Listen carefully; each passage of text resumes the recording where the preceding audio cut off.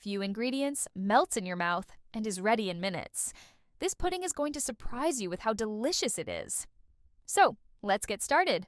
First, I'm going to add 2 cups of sugar to a pan.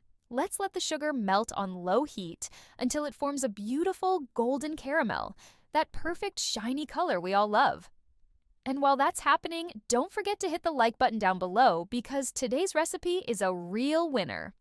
Now, keep stirring the sugar, and as soon as it's completely melted and that gorgeous caramel color forms, I'm going to add half a cup of hot water. This will make the caramel more liquid and easier to spread in the pan.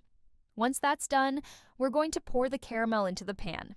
I'm using a pudding pan with a hole in the middle, but you can use any pan you prefer, as long as it has high sides to hold the mixture. Using a spoon, I'll spread the caramel evenly across the pan to ensure the pudding is evenly caramelized. And tell me in the comments, what's your favorite way to make pudding? Do you like it firmer or creamier? Now, let's move on to the pudding mixture. I'm going to add 3 whole eggs to the blender. If you prefer, you can also use a mixer. It'll work just fine. Along with the eggs, I'm going to add 700 milliliters of milk at room temperature, 1 cup of sugar, and 1.5 cups of all-purpose flour. If you like, you can substitute the flour for oat flour, which also works wonderfully. And to give it that special flavor, I'm adding 2 generous tablespoons of butter, which will make the pudding even creamier. Now, it's time to blend everything together for about 5 minutes until the flour is completely dissolved and the mixture is smooth and homogeneous. The secret here is to blend well so that the pudding comes out nice and light. Once the mixture is ready, we're going to pour it into the pan with the caramel.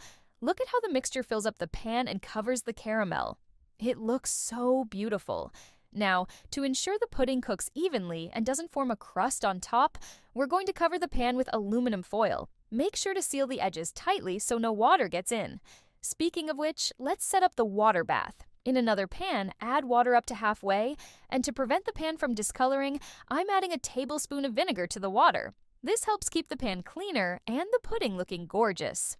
Now it's time to place the pan in the preheated oven at 180 degrees Celsius, 350 degrees Fahrenheit, for about 30 minutes. The time might vary depending on your oven, so if necessary, leave it in a little longer until the pudding firms up.